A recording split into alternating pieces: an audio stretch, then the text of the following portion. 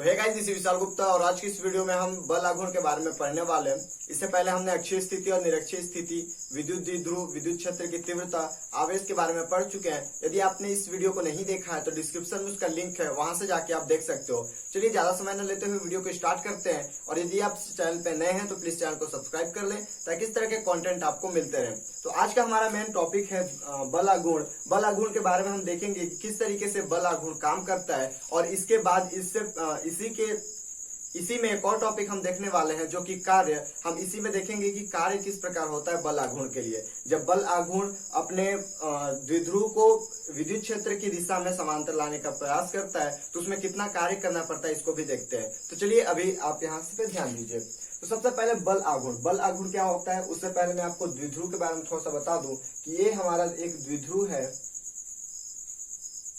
ये हमारा अगर एक द्विध्रुव है, यहाँ पे पॉइंट ए एंड यहाँ पे पॉइंट बी है। अगर इस पे प्लस क्यू आवेश हो और इस पे माइनस क्यू आवेश हो, ठीक है, और इसके बीच की जो दूरी है यहाँ से लेके अगर यहाँ तक के बीच की दूरी अगर 2l है, यहाँ से यहाँ तक की बीच की दूरी मतलब ए से बी तक की दूरी अगर 2l है तो इसको हम क्या बोलेंगे, द्विध्रुव आघूर्ण बोलेंगे। और इसका वैल्यू हमारे पास होता है P = 2ql। इसका वैल्यू हमारे पास होता है P = 2ql।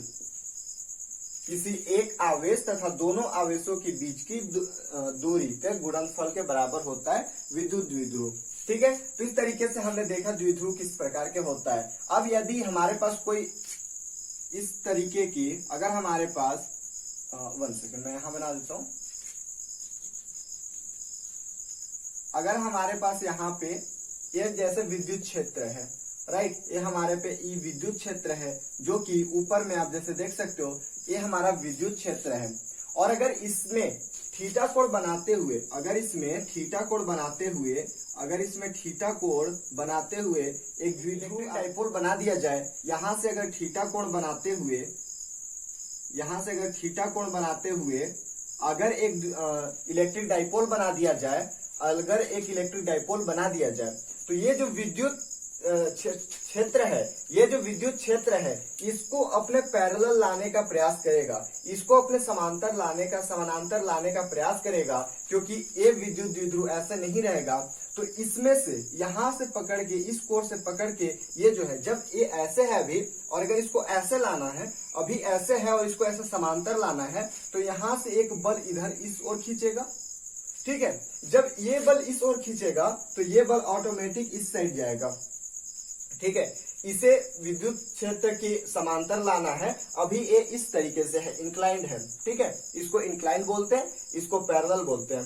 तो अभी इंक्लाइंड है और इसे अगर ऐसे पैरेलल लाना है विद्युत क्षेत्र के, तो इस बिंदु को पकड़ के ये इस साइड खींचेगा और तब इस बिंदु को इस साइड खींचना पड़ेगा, तब जाके कहीं ये पैरेलल होगा।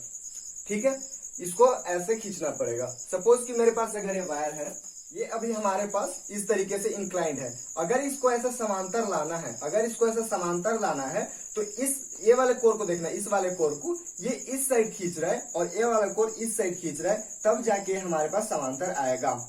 अभी ये हमारे पास इंक्लाइंड है, अगर इसको समांतर लाना है तो ये हमारे पास इस तरीके से ये वाला छोर इस साइड जाएगा और ये वाला छोर इस साइड जाएगा, जैसा कि आप देख सकते हो।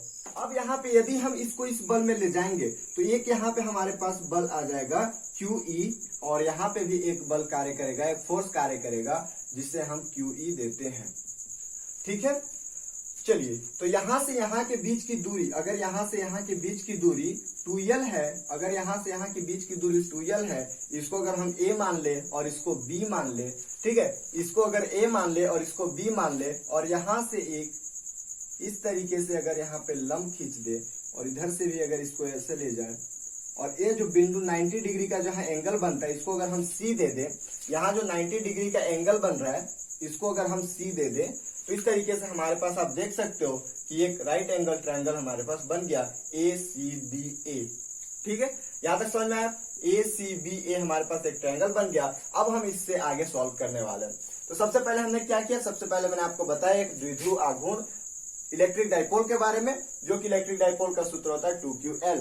उसके बाद हमने देखा कि अगर हमारे पास तीव्रता इस विद्युत क्षेत्र इस साइड में है, विद्युत क्षेत्र की तीव्रता इस साइड में है, और अगर हमारे पास एक इंक्लाइन दिया हुआ है, अगर हमारे पास एक इलेक्ट्रिक डाइपोल, तो इसको अगर हम अगर यहाँ पे ऐसे रखेंगे तो ये अब इसके पैरेलल, ये विद्युत क्षेत्र के पैरेलल लाने का प्रयास करेगा, तो यहाँ पे एक क्यूई बल लगेगा और एक यहाँ पे क्यूई बल लगेगा, जो कि इस साइड रहेगा और यहाँ वाले इस साइड रहेगा। हम इसमें आगे देखते हैं, चलिए इसमें अगर हम आगे देखें, अगर यहाँ पे हमारे पास प्लस क्यू आवेश है और यहाँ पे अगर हमारे पास माइनस क्यू आवेश है, राइट, अगर हमारे पास एक बिंदु पे प्लस क्यू आवेश है और बी बिंदु पे अगर माइनस क्यू आवेश है, तो अगर हम यहाँ पे बल आघूर्ण अगर निकालना चाहें, बल आघूर्ण अगर हम निकालना चाहें, बल आघूर्ण अगर हम निकालना चाहें, सबसे पहले मैं इसको परिभाषित कर दूं। इस द्विध्रुव आघूर्ण को, यदि इस द्विध्रुव आघूर्ण को समरूप विद्युत क्षेत्र ई के साथ थीटा कोण बना, यदि इस द्विध्रुव को समरूप विद्युत क्षेत्र ई के साथ थीटा कोण बनाते हुए रखा जाए, तो इसके दोनों सिरों पर एक बल कार्य करेगा जिसे क्यूई बल कहते हैं, और ये बल जब कार्य करेगा तो यहाँ से अगर हम बल आघूर्ण निकाल ले तो इसका बल आघूर्ण का सूत्र हो जाएगा, बल आघूर्ण इज इक्वल टू एक बल इंटू दोनों बलों के बीच की दूरी, एक बल इंटू दोनों बलों के बीच की दूरी। और अगर हम यहाँ से एक बल निकाले, एक बल इन द सेंस कि या तो हम इस क्यूई को ले सकते हैं या तो इस क्यूई को ले सकते हैं, तो हम किसी एक क्यूई को लेंगे। दोनों बलों के बीच की दूरी, दोनों बलों के बीच की दूरी मतलब एक ए पे बल लग रहा है और एक बी पे बल लग रहा है। अगर इसको यहाँ पे देखें तो ये दोनों बलों के बीच की दूरी हमारे पास है AC, ए से लेके सी तक, और यहाँ पे अगर हम AC लिखें तो AC का वैल्यू अगर हम निकालना चाहें, ठीक है, तो आप यहाँ पे देख सकते हो कि हमारे पास एक राइट एंगल ट्रायंगल बना हुआ है। यहाँ पे हमारे पास A है, ये C एंड ये B। यहाँ पे अगर थीटा डिग्री बना है तो आप यहाँ पे भी थीटा डिग्री बना सकते हो, क्योंकि ये जिग जैग बन गया। यहाँ देख सकते हो ये जिग जैग है, ठीक है। यहाँ अगर जिग जैग है तो यहाँ जितना एंगल बना है उतना एंगल यहाँ भी बनेगा, मतलब यहाँ भी थीटा डिग्री बनेगा। बी पे अगर थीटा डिग्री बनता है तो यहाँ पे भी थीटा डिग्री बनेगा।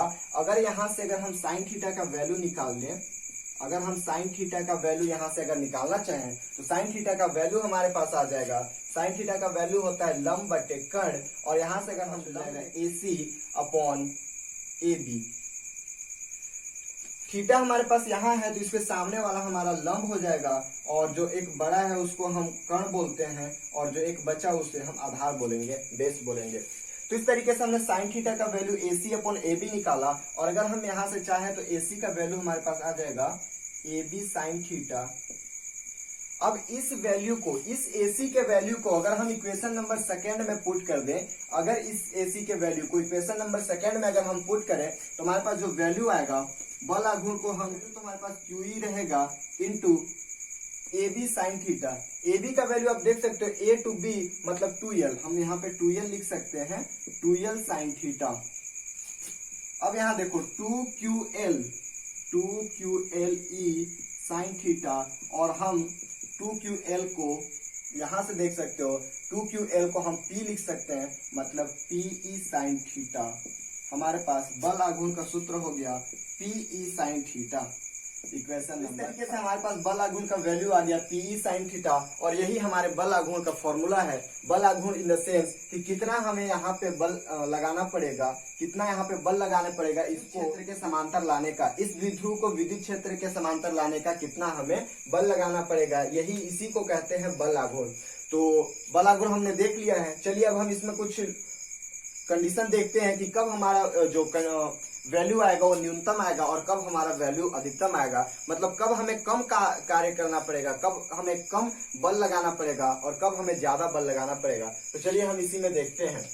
तो इस फॉर्मूला को आप याद रखेंगे, इस फॉर्मूला को आप याद रखेंगे, इसी के थ्रू हम जितने भी न्यूमेरिकल करेंगे इसी के थ्रू हम आगे करने वाले हैं। तो चलिए इस फॉर्मूला के थ्रू हम कुछ और देखने वाले हैं। तो पहला स्थिति हमारा रहेगा, पहला रहेगा अगर हम थीटा के जगह पे 0 ले लें, थीटा के जगह पे अगर हम 0 डिग्री ले लें, 0 डिग्री ले लें, मतलब अगर थीटा को हम 0 डिग्री बनाए तो ये हमारा, जैसे ये हमारा इलेक्ट्रिक फील्ड है, और अगर हम थीटा को 0 डिग्री बनाए मतलब ये हमारा विद्युत जो डाइपोल है, ये जो हमारा विद्युत डाइपोल है वो इस तरीके से हो, बिल्कुल इसके समानांतर जो हमें लाना था।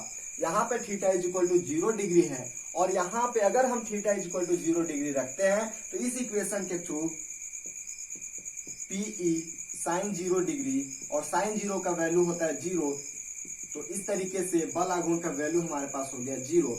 मतलब कि यहाँ पे अगर इस टाइप का अगर हमारे पास सिचुएशन आ जाए तो हमें एक भी बल नहीं लगाना पड़ेगा, यहाँ पे बल हमारा पूरा 0 होगा। और इस वैल्यू को आप यहाँ पे देख सकते हो कि हमारा बल आघूर्ण का वैल्यू 0 आया है अगर थीटा का वैल्यू 0 हो जाए। मतलब ये जो थीटा है मेन इसी का कारण है, जितना थीटा का वैल्यू रहेगा उसी हिसाब से हमें बल लगाना पड़ेगा। तो आपको न्यूमेरिकल भी यहीं से पूछा जाएगा कि इसी तरीके से थीटा का वैल्यू दिया जाएगा और वहां से आपको बल आघूर्ण निकालना होगा।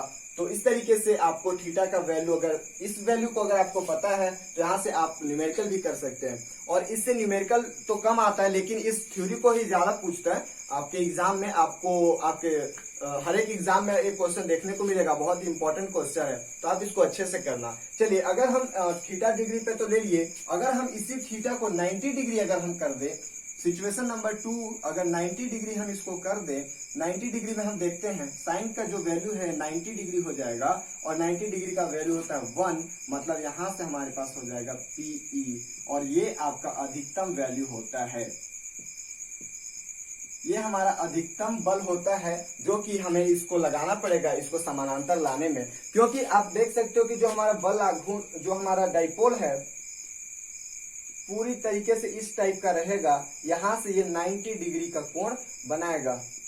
जब इस टाइप के रहेगा तो या तो हम इसे ऊपर ले जा सकते हैं, इसे नीचे ले जा सकते हैं, या तो हम इसे नीचे ले जा सकते हैं और इसे ऊपर ले जा सकते हैं। मतलब कि सबसे अधिकतम दूरी पे है, और यहां से अगर इसको यहाँ पे या फिर यहाँ पे ले जाना होगा तो हमें अधिकतम बल लगाना पड़ेगा। और यहाँ पे आप देख सकते हो कि जो हमारा बल आघूर्ण का वैल्यू है वो अधिकतम आता है, पी आता है।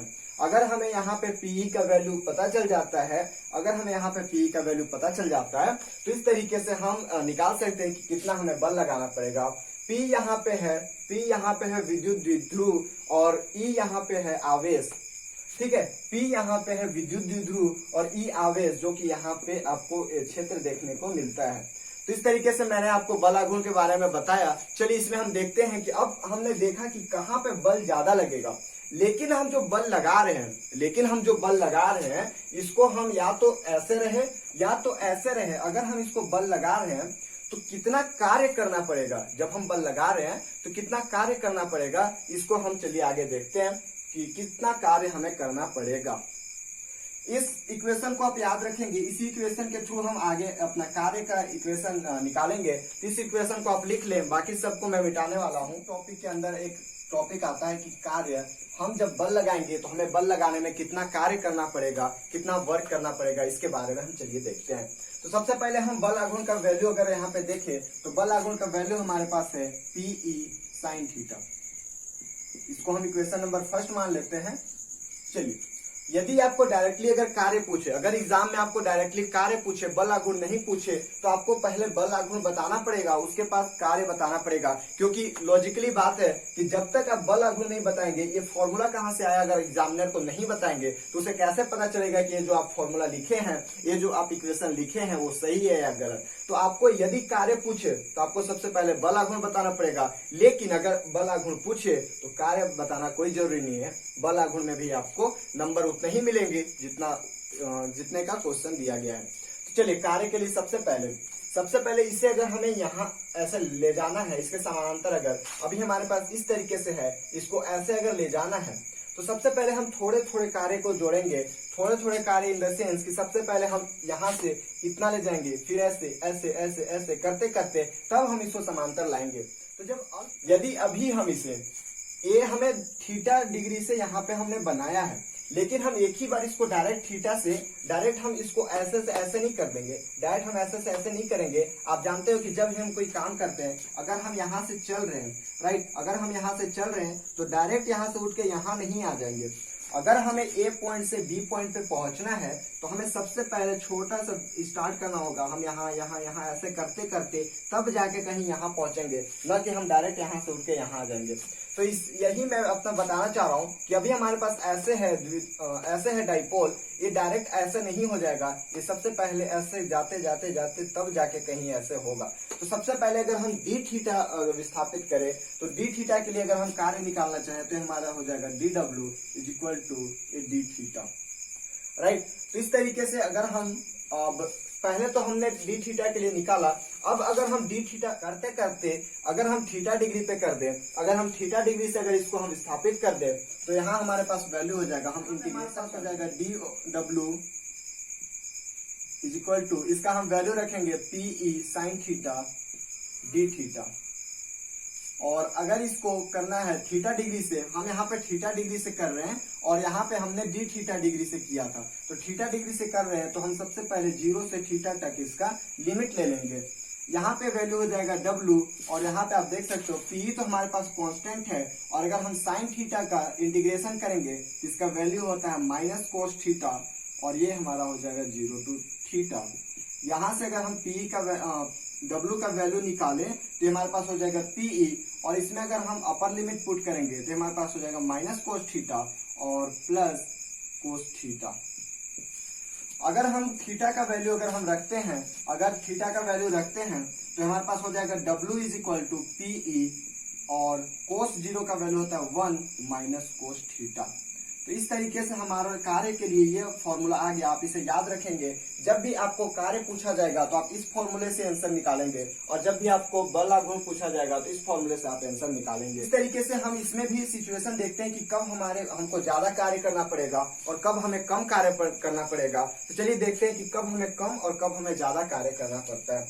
अगर हम थीटा इज इक्वल टू 0 ले लें, राइट, अगर हम थीटा इज इक्वल टू 0 ले लें तो कोस 0 का वैल्यू होता है 1, और अगर हम यहाँ से 1 माइनस 1 करें तो पूरा W इज इक्वल टू हो जाएगा 0। मतलब अगर हम theta is equal to 0 degree ले, theta is equal to 0 degree मतलब मैं ये बोल रहा हूँ कि अगर हमारे पास द्विध्रुव ये हो, अगर हमारे पास द्विध्रुव ये हो थीटा डिग्री पे, तो यहाँ पे हमें कुछ बल नहीं लगाना पड़ रहा है, इसलिए हमें कार्य भी नहीं करना पड़ेगा, और जब कार्य नहीं करना पड़ रहा है तो हमारे पास W का वैल्यू 0 आएगा, राइट। इसके बाद अगर हम theta is equal to 90 degree ले, अगर theta is equal to 90 degree अगर हम ले लें, मतलब ये हमारे पास इस तरीके से अगर द्विध्रुव आघूर्ण हो जाए, इस तरीके से अगर डाइपोल हो जाए, इस तरीके से अगर हमारे पास डाइपोल हो जाए, तो अगर हम theta is equal to 90 degree ले तो 90 डिग्री मतलब यहाँ पे हो जाएगा 0, और 1 में से 0 घटाएंगे तो 1, और P में से 1 का वैल्यू करेंगे तो W बराबर हो जाएगा आपके पास PE।